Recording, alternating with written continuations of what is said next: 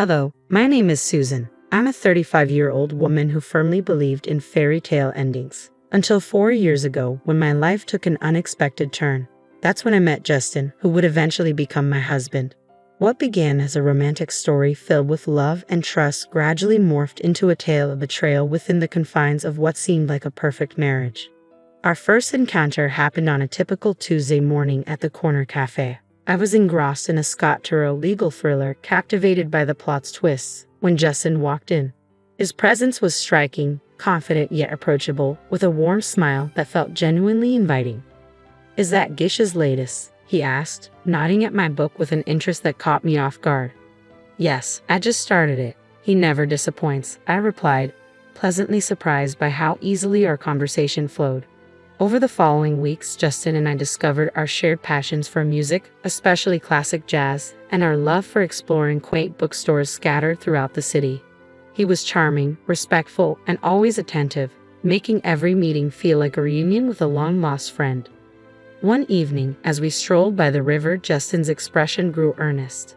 "Susan, I've never felt like this before. I think I'm falling for you," he confessed under the soft glow of the street lamps. His words ignited a rush of warmth within me, and I admitted, "I feel the same, Justin. You're unlike anyone I've ever met." 7 months flew by, and our bond deepened. During the cozy dinner at my apartment, Justin proposed, and without hesitation, I accepted. I loved him deeply and was optimistic about our future together. However, our engagement was soon shadowed by anxiety as the time approached to meet Justin's parents. His mother, Catherine, was a stern woman with piercing eyes that scrutinized my every move, while his father, though more approachable, carried a serious demeanor, especially when it came to marriage. At a formal dinner in their home, the conversation shifted to a prenuptial agreement. "It's just practical," his father declared, catching me off guard. Having dealt with an unfaithful ex, I realized the necessity of setting clear boundaries in relationships.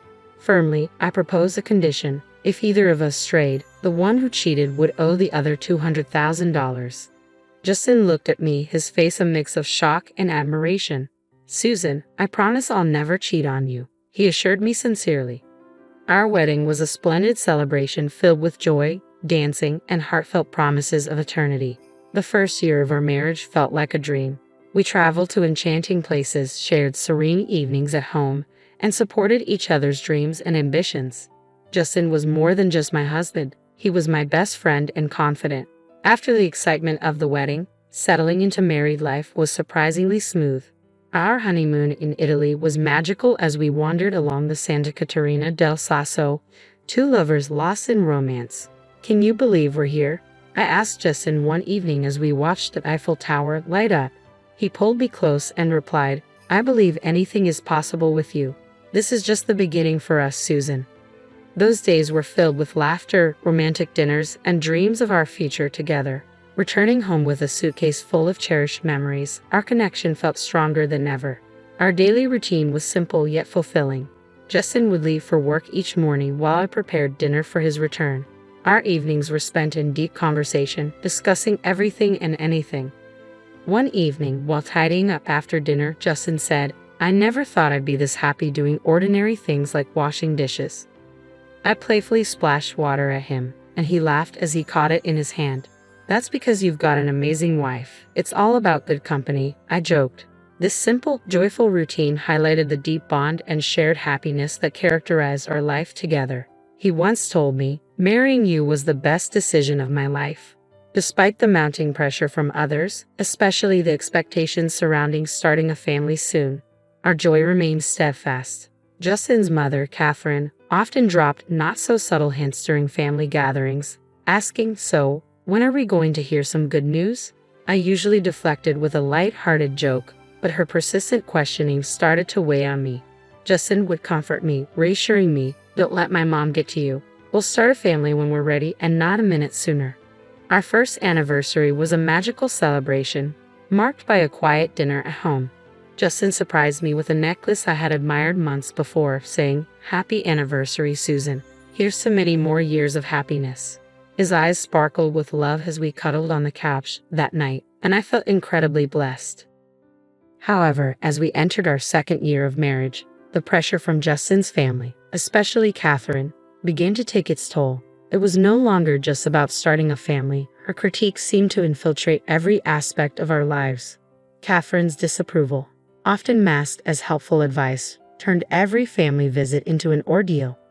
One afternoon, while I was setting the table for lunch, Catherine walked into the kitchen and eyed the spread with a disapproving frown. "Is this what you're serving?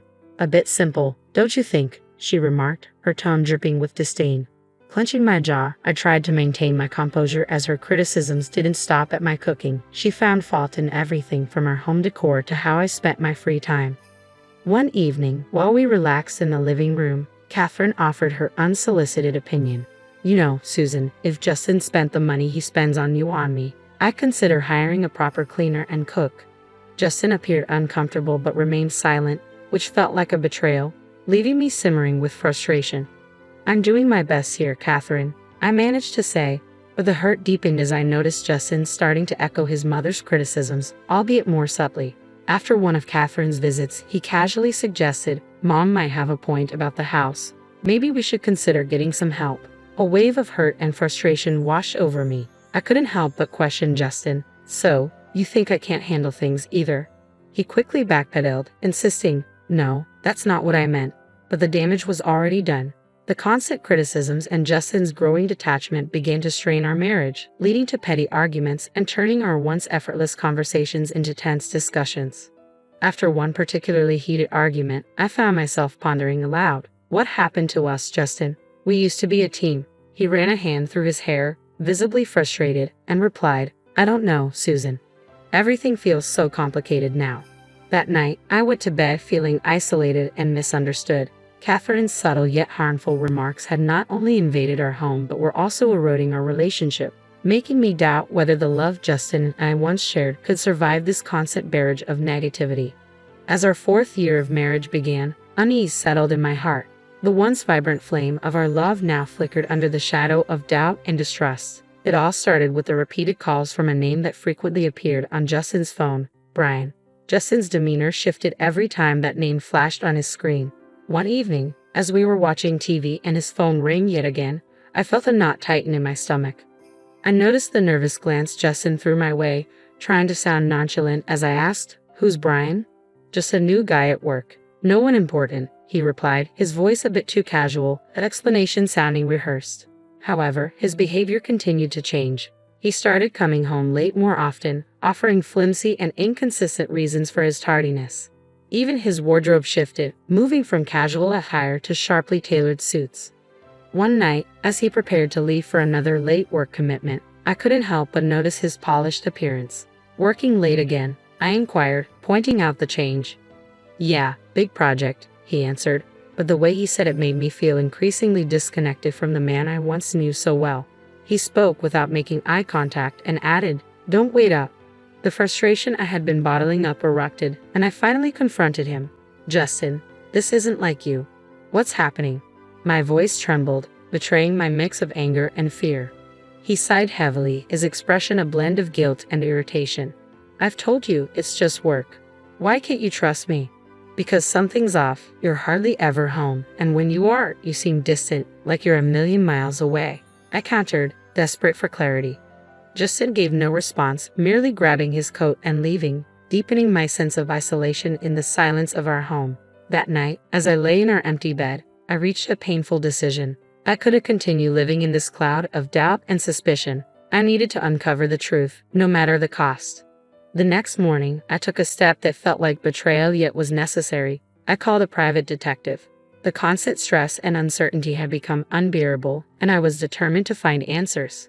The ensuing days blurred into a haze of nervous anticipation as I tried to maintain a facade of normalcy while everything around me felt on the verge of collapse.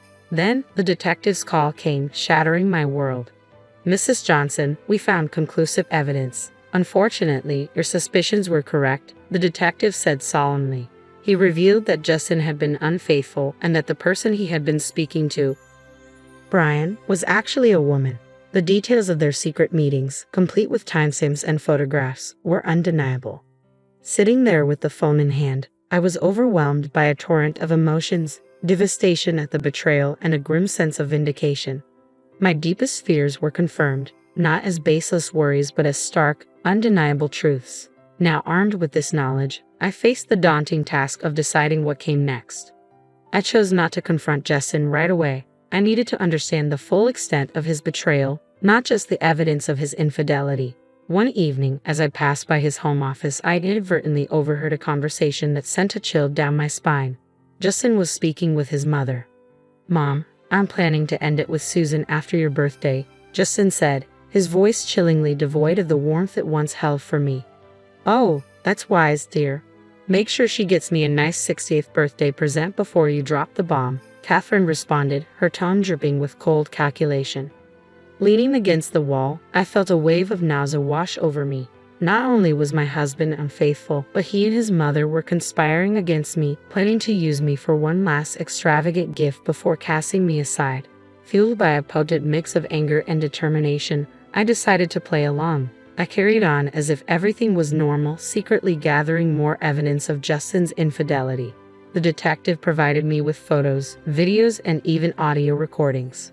I was meticulously building my case, preparing for the moment I would confront them. Each night, as I lay beside the man who had betrayed me, a plan began to form in my mind. I would wait until after Catherine's birthday, giving them the illusion of victory, letting them think they had outsmarted me. But when they least expected it, I would reveal everything and turn the tables. As Catherine's 62nd birthday drew near, I maintained a facade of ignorance, acting as if everything was normal. Inside, I was a cauldron of emotions, seething with anger and betrayal, yet strategically masking my feelings in preparation for the impending confrontation. With fierce determination to see my plan through, the days leading up to Catherine's birthday crept by. At a family dinner a few days before the celebration, Catherine casually mentioned her upcoming birthday with a sly smile, hinting, "So, Susan, I'm expecting a grand 62nd birthday. You must have planned something special for me." Keeping my emotions in check, I replied with restrained enthusiasm, "Of course, Catherine. I've arranged a dinner at the city's most luxurious restaurant. It will certainly be a night to remember." Her eyes sparkled with glee, oblivious to the trap I was setting. "How wonderful. It's just a small family gathering, right?" she inquired. "Yes, very intimate and exclusive. Just for close family," I confirmed, my words tinged with veiled irony.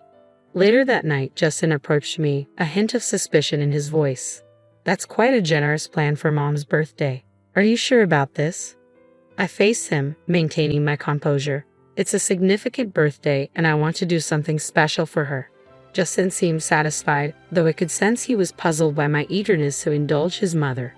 As the day of the dinner drew near, I handled the final arrangements with meticulous care, confirming the booking under Catherine's name, double-checking the guest list, and ensuring everything was perfectly in place for the grand evening. I played the role of the dutiful wife and daughter-in-law, all while preparing for the moment that would change everything.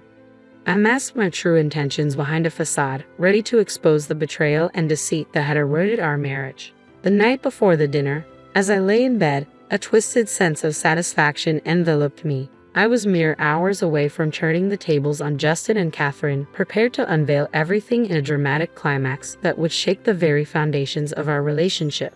They believed they were exploiting me for one last advantage before casting me aside, unaware that I was the one in control of this game. The evening of Catherine's 62nd birthday unfolded at a luxurious restaurant, every detail meticulously orchestrated to reflect the opulence of the occasion. While Catherine reveled in the extravagance, I maintained the role of the gracious daughter-in-law, my practiced smile concealing the storm brewing within. As the dinner drew to a close, the waiter presented the bill, an eye-popping $6,800. With a composed demeanor, I reached for my card, my heart racing. After I swiped it, I glanced around the table, catching Catherine's self-satisfied smirk and Justin's uneasy gaze. "Thank you for such a wonderful evening, Susan. This is truly generous," Catherine remarked, her voice laced with feigned gratitude. Seizing the moment, Justin leaned in, his tone final. "By the way, Susan, I want a divorce." His words hit me like a physical blow, but I refused to show any sign of hurt. Catherine added sharply, "Well then, I guess you should leave. This is a family gathering, after all." Without a word, I stood, maintaining my dignity amidst the internal chaos, and walked out of the restaurant. As soon as I was out of sight, I swiftly canceled the payment on my phone and blocked the shared bank account, ensuring that Justin couldn't cover the costs either. Back at home, I quickly packed my belongings, the weight of my decision settling in. I was leaving this chapter of my life behind, stepping into an uncertain but hopeful future. Soon, my phone erupted with calls.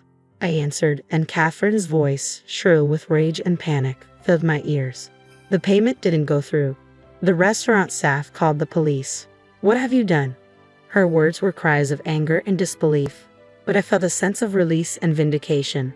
I had escaped their manipulations and was now free to rebuild my life on my terms. I remained silent, letting her tirade wash over me. Their betrayal and manipulation had come full circle, now haunting them. After ending the call, I looked around the empty house that had once brimmed with dreams and love, now just a hollow shell. Taking a deep breath, I stepped out the door and didn't look back. Their desperate pleas for help continued, but I no longer felt obliged to answer. I had firmly closed that chapter of my life. In the end, they paid the price. Justin had to borrow money from his parents to cover the bill. Where the money came from didn't concern me. It was a small compensation for their betrayal. More importantly, it represented closure. Sitting in the lawyer's office, signing the last of the divorce papers, I felt a wave of peace wash over me. The journey had been fraught with betrayal and heartache, but I had emerged stronger and more resilient. Walking out into the sunlight, I felt like a truly free woman, ready to embrace a fresh start. The future was uncertain, but it was mine to shape. After all the darkness, I finally felt like I was stepping into the light, ready to craft a new chapter on my terms.